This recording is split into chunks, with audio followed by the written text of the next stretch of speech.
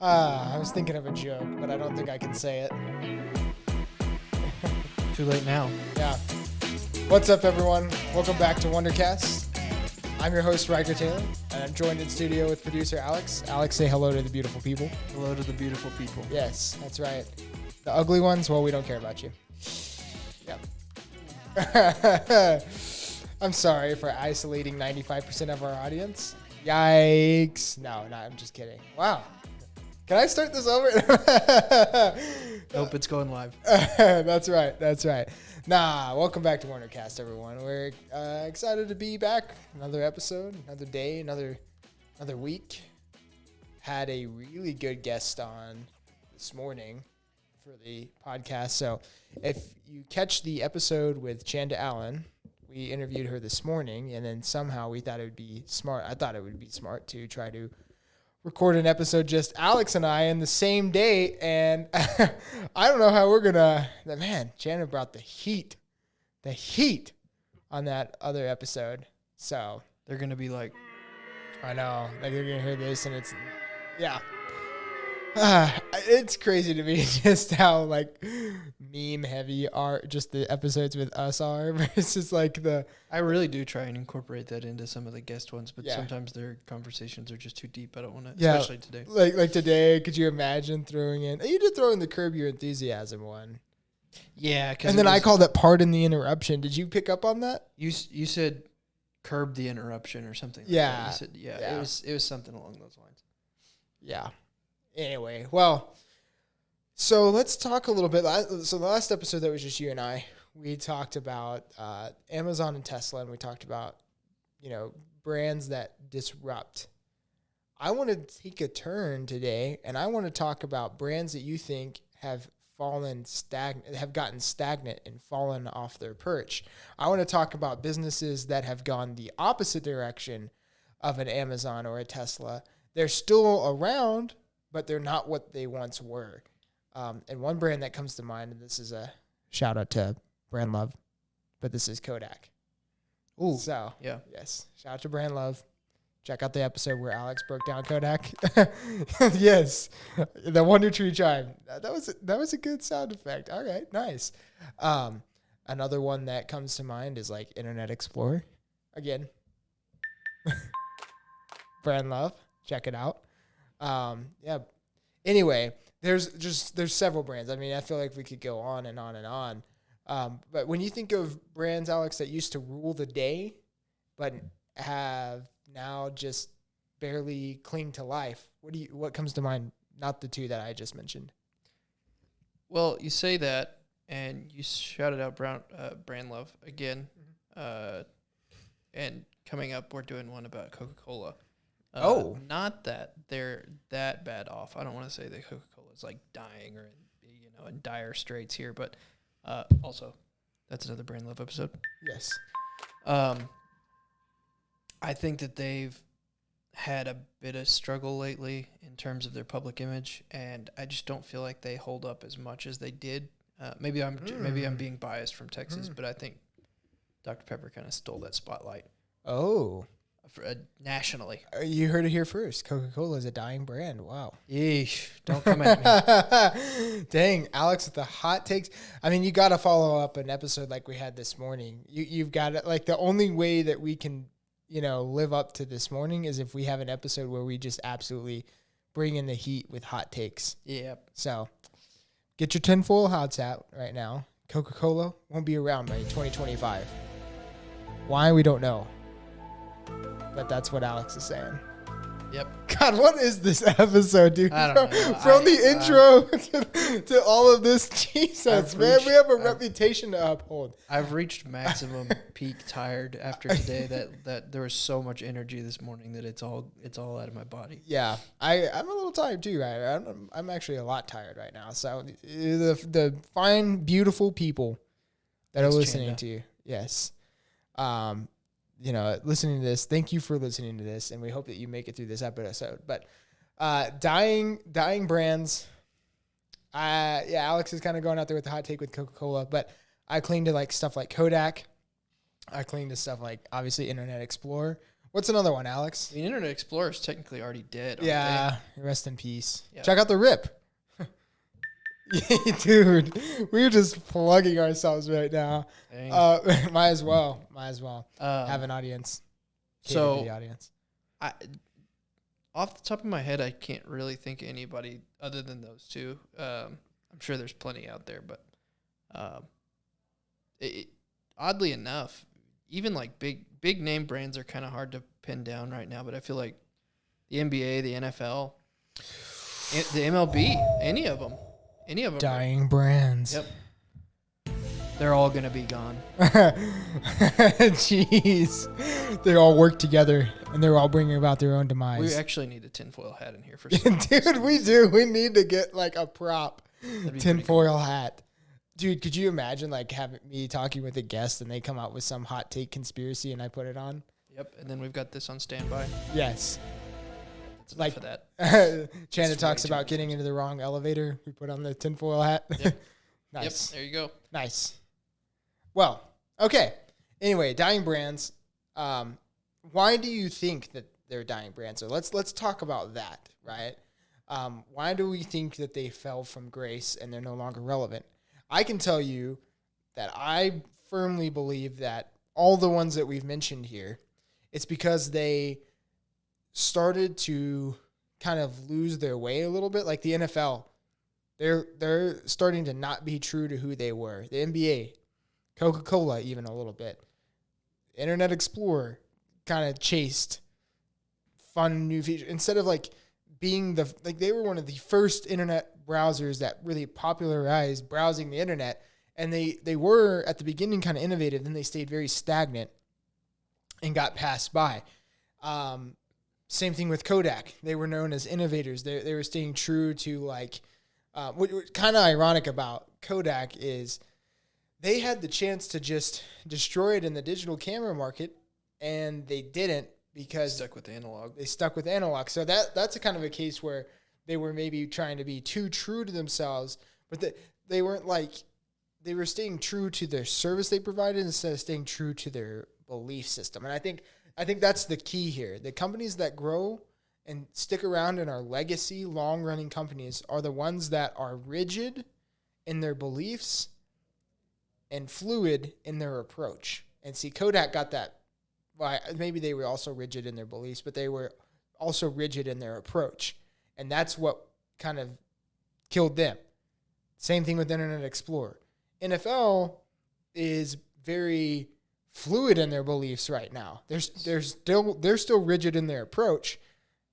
And so like the NFL is kind of like on the reverse of what you see most legacy brands being is like they're not necessarily, I mean, they make some rule changes and stuff like that, but like you look at like the XFL, which, you know, they just don't ever really have good management, so that's why they come and go. But well, they also have horrible luck. Yes. I mean, true. trying to make a comeback in what that climate was this last year, that was a bad timing. Yeah, I feel bad for them.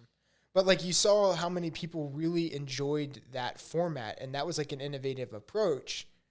It just happened to be, like you said, bad timing. But like the NFL, they're clinging to their format, but they're like throwing their belief system to the wayside, and that is going to long term, like Alex said. Let's see where they're at in 5 to 10 years. I think it's going to be really, if it continues to go down this path, I think professional sports in general is going to be not around in the current capacity for more than probably 10 years.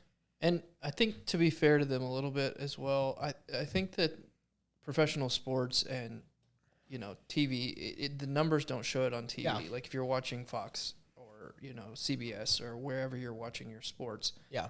They also all have streaming services now. Mm-hmm. And so I don't know that the numbers are indicative of where those are coming from, but it is proven there is less viewership over the last, even, I mean, in the NBA, this was the least watched finals this year, since like the 70s or 80s or something. Don't quote me exactly on that, but it's been a long time since we saw that low of viewership.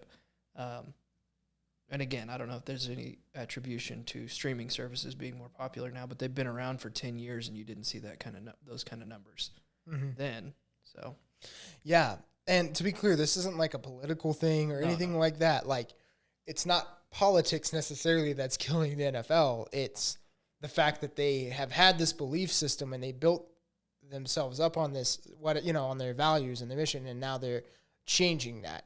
And so it doesn't really matter what the belief system starts out as. It's more just that, like, you build this audience and you build this following around it, and you spend years and years and years developing it, and then you start to abandon it.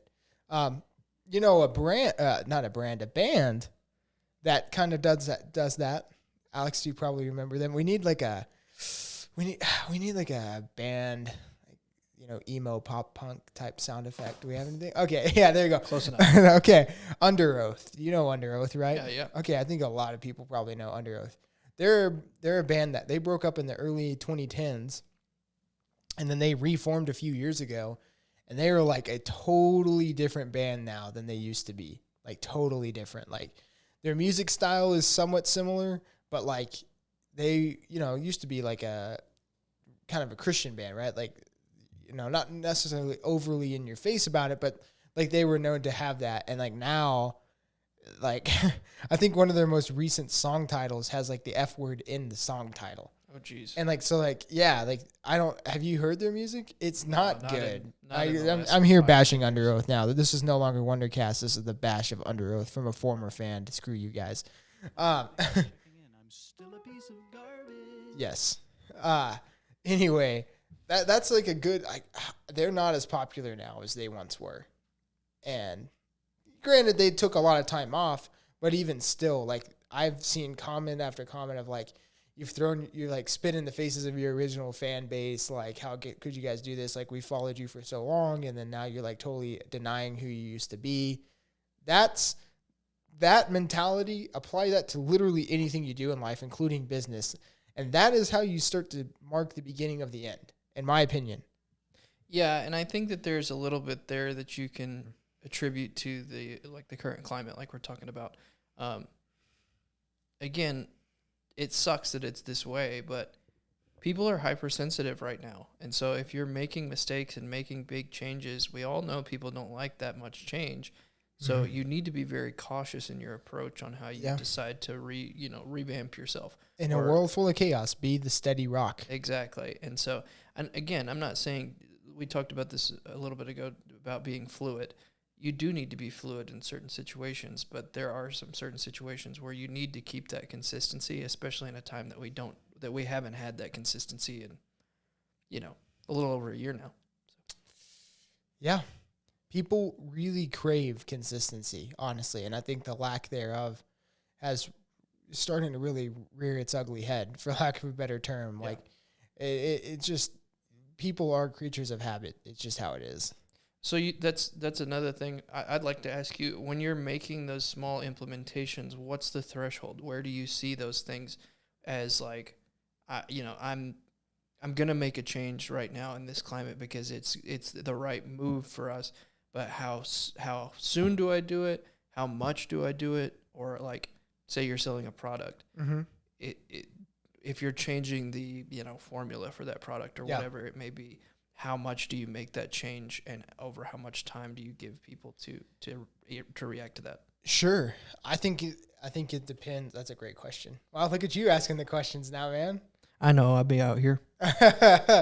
To me, the short answer is it depends. The long answer is if it's like something that is fundamentally, foundationally wrong and it needs a change, right? Like if it's not serving the end customer, the end user, it's causing pain, then you need to act on that quickly. If it's something more like you're wanting to make a small improvements to better the user experience, I think you gotta like ease people into that, right? I don't know about you, but personally, I've seen a few like apps that I used to really enjoy go under these like massive overhauls and user experience and in design and interactivity and stuff. And it honestly burns me out and fatigues me because I had gotten used to where everything was. But if you look at Google's a really good answer to the question you just asked. Like if you look at how they make their changes to their products and stuff like that, it is always little small increments and iterative changes. Like look at the Google logo. Like that's a really good example of it is vastly different than what it was when it started, but it has gotten that way through like small iterative changes over time. Or like the Google icons for all of their like apps and stuff, like more slowly, they start to set the stage. And if you look at it, I think that's like you got me up on my soapbox now. But I love that because I always can appreciate when you see this company, they start talking, good companies start talking about the direction they know they're going like a year before they actually get there, so that when they make that change, it already feels more normal because they've already been talking about it. They've already been making content around it. Like it's already been going in that direction. And so it doesn't feel like, this monumental thing necessarily. It's just natural. One tangible example I can try to give to that is back in the day when we did the rule book and we did the game board and all that stuff, and we were doing WunderTRE, I tried to, like, several months before we rolled all that out, I was writing blogs about, like, gamifying marketing and what it was like what it could be like to live in a world where you could track your marketing progress and all that stuff. And so that was, like, my small I would love it to have even taken it to another level and done it for even longer and made more content. But that was, like, my attempt of rolling this product out, but it almost had that.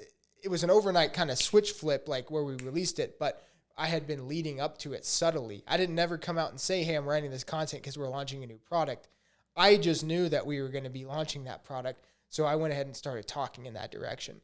So to answer your question again, I said that was going to be a long answer, but to me, the approach is plan it, figure it out internally, put it on the map, and then start talking about it without actually ever just explicitly coming out and saying this is happening. Just start naturally gravitating towards that. You know you're going to go that place. You might as well just start writing content for it. Okay. Yeah. Does that make sense? Yeah, I think it makes plenty of sense. I was going to harken back a little bit to the point where you were making about Google. Google that is a good example. I haven't thought about it like that. But you can even see if you paid much attention to them, as of recently when they changed their icons, the Google Drive icon and the mail icon. They did it all at once in one big swath, and people weren't happy about it. And so I think, or people were like, it looks too playful, or they had way too many criticisms of it. And I think that was a small misstep for Google, but for the most part, they had been planning for that for a while, just based on their current logo and things like that. So. Yeah, no, that's exactly right. Like they were maybe too bold in their choice, and people felt it. And I think, people criticize like, oh, it all looks the same and stuff. And that's probably true, but it was more so that I think it was just different than what people were used to, and people just got butthurt. So yeah, I mean, like I said, that's kind of the climate right now. You have to be really hypersensitive, like other people are, because you know that they're going to be. You just have to roll things out slowly and not draw a lot of attention to it. You just got to let it happen. I think that's my advice. Like, moving forward, not to call anybody out here, but you know who you are. They're getting called out. Yes. I don't like it when people go on Facebook or whatever social network. I'll say this and you'll know exactly what I'm talking about here, Alex, but they'll start telling you that they're going to make a change, right? They're like, oh, I'm going to get off Facebook because it's just bothersome to me. And then so they make this announcement. And then, like, it's always ironic to me that the same people are like, I'm going to get off Facebook because it's toxic. They're, like, back on 6 days later, you know? Yep. Versus the ones that you never hear, they just kind of get off Facebook. They never have a problem of staying off of Facebook. Like, they just, like, if they make it and they don't subtly, like, explicitly announce it, you just don't see them on Facebook, you know? Like, there's this thing where people want to tell everyone what they're doing, and that can be true in a business or whatever. Sometimes you just got to do it, and people will over time just be consistent about it, right? And people will over time pick up on what you're doing. Like, I could go out and make a video about how I'm going to start making videos every day, or I could just go out and start making videos every day, you know? And like, the difference is, in my opinion, now I haven't just called light to it, because if I miss making a video one day, but I made a video saying how I was going to do that every day, now I've just like not delivered on a standard. Versus if I just like started making videos and then maybe I miss a day or two and then come back to them, like it is what it is. There's just a gap. You know what I mean? Like I'm just not needlessly calling attention to it. And so it gives people less room to bust your chops about it, you know? Right. Yeah. If you're just doing it, there's no, well, you said you were going to do it. You just have the room to do it. You just do it. And yeah, people probably get used to it. But if you stop doing it for a little bit of time, it's more forgivable, I guess. It's not as in your face. I think that's what it is. If you give people a reason to criticize you and you call attention to stuff, like it always gets to me when people like post like something that they did and like they make this big fanfare of it, and then somebody's in the comment section roasting them, and then they're like, "No, don't do that here. I just want positivity." Right. And it's like, well, you just put it out there for the entire world to see, and then called attention to it. Yeah. Well, this got personal. I know. No, I'm just kidding. Dude, I'm sorry. No, but it does make sense. I know what you're saying in terms of like business stuff. Like you don't, that's the thing you want to try to avoid is being more, here's a real word for you, profiteurial. Yes. That's not a real word. Don't go around profiteering and saying, "Hey, I'm going to do this and I'm going to do this." And then, if something happens, you don't end up being able to do it. Now what? Yep. Just do it. And you know how I'm going to tie this all back into our main topic? Yes. No, I don't actually. Okay. Internet Explorer came out and made like all these commercials. You actually had like a clip of it in your brand love when they like made like this whole overhaul about how they were doing all this stuff different. Yep. They would call a lot of attention to their changes instead of just like Chrome just like rolls updates out. Like I've never seen like a commercial for Chrome, and maybe I'm just not looking in the right places. But I can remember back in the day seeing like legit TV commercials for Internet Explorer. You played one in your Brand Love episode. Yeah, again, shout out to Brand Love. You got to play that clip. There we go. So many times. But yeah, they called attention to it. Kodak, they called attention to their, like, it's documented that they went out and publicly said, no, we're sticking with this. That's analog. Like, they invented the freaking digital camera, but then they decided to stick with it and stay true to their, like, analog values. And they called all this attention to it. You know what I mean? Like, Coca-Cola kind of doing the same thing. They're, like, bringing a lot of attention to themselves. Well, to be fair with Coca-Cola, that's one thing I'm giving them a lot of credit for in Brand Love in this upcoming episode is they have a unbelievable amount of branding consistency. Like they've been around since 1886, and their logo has changed about that much. Yeah.